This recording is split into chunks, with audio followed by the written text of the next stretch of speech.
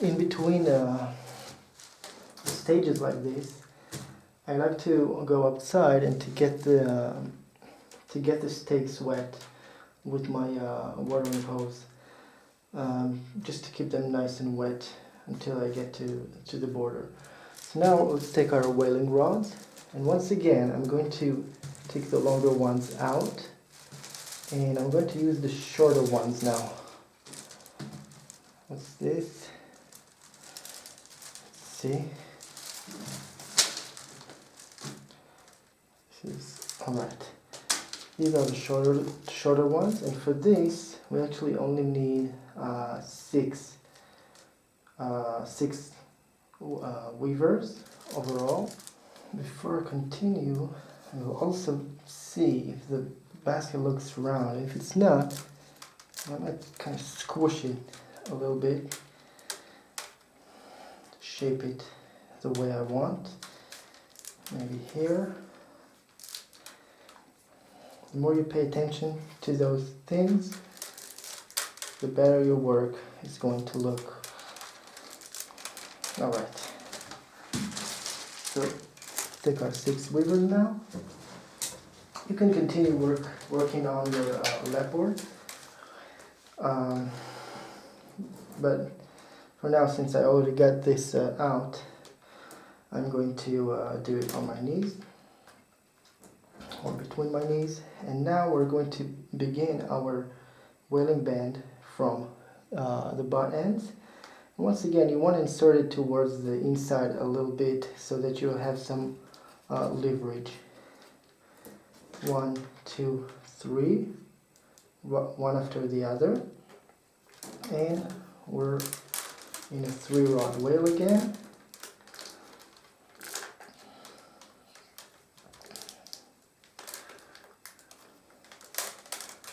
Trying to pay attention to shaping as I'm weaving, because these weavers are, I think, that as thick as the stakes here, or perhaps a bit thicker.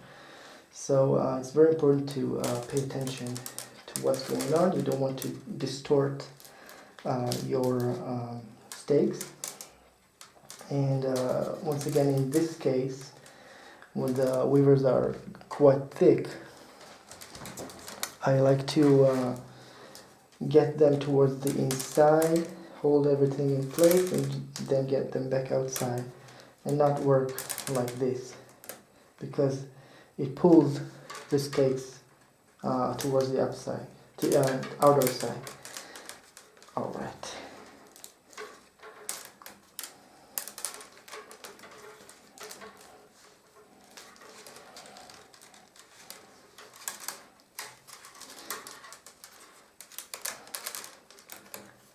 After this round, we can once again use our wrapping iron, and it will really fasten our work nicely. Now let's see where we are at. I began my work behind this stake, right? So this is stake number 1. That's 1, 2, 3, 4, 5, 12, right? This is number 12. And this is the first one of the second group. This is 12, and the 13th is the first one of the second group. So let's stop here with this. And no, in this case, we have to make our first join here, right? This is the first one of the second group. So we'll keep weaving. Right, this is where we're making our first join. So we're keeping on weaving until the left one is behind this one. Right, let's check again. This is here the first one. 1, 2, 3, 9, 10, 11, 12, 13. Right. So this is where we're making our first join. Right here. Right across from where we started.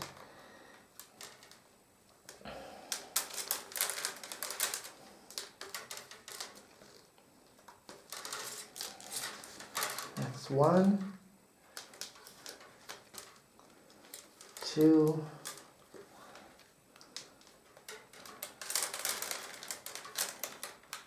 and 3.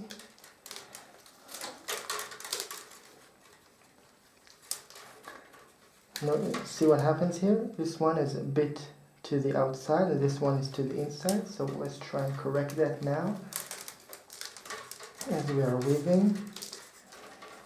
Pretty much. Now let's trim these 3 because they're in the way.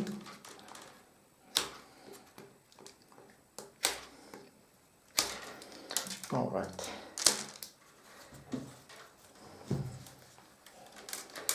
Now we just continue until we get to the end of the round, and then we're going to have to thread our ends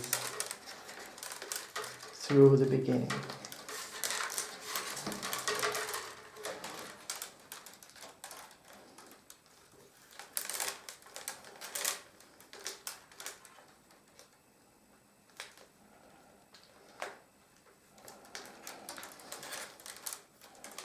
Alright, so, no, not just yet. This one now, or perhaps the next one. This one is naturally exiting where the first one has exit. So we're going to try and place them and lay them side by side like that. Can you see? Side by side, not one on top of the other, side by side. Now this first pair might be a bit tricky, but not impossible. Now the next one, no, let's just let it go for now. If they don't want to sit side by side, let's just let it go.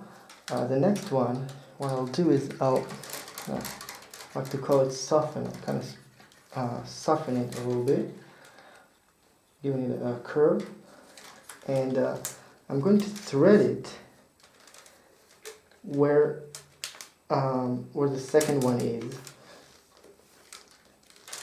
right here.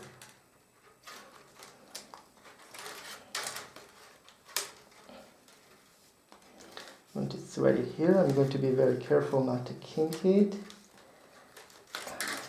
Got kinked a little bit. Now I'm going to arrange the first and the second, the first joint here, one to lay them one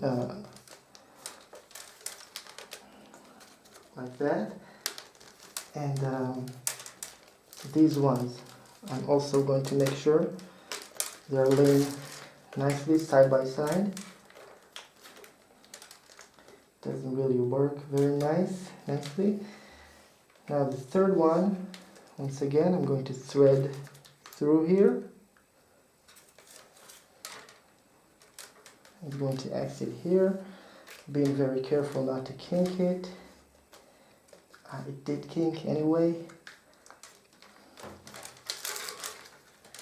Alright, now that the third one is in place, it's easier to make the first and second stay in position. Alright, beautiful. And now what we did here is basically like a join, just like what we did here on the other side. It's basically a join, but you do it at the end as a finishing. So now let's trim these 3, and now we have a single round of Waling that's finished with itself, and that's a different type of bend than what we've done earlier. Many times in between sections, this bend works really well. So now I'm going to once again use my wrapping iron to fasten the work. And then I'm also going to trim from the inside. You know what, let's trim from the inside now.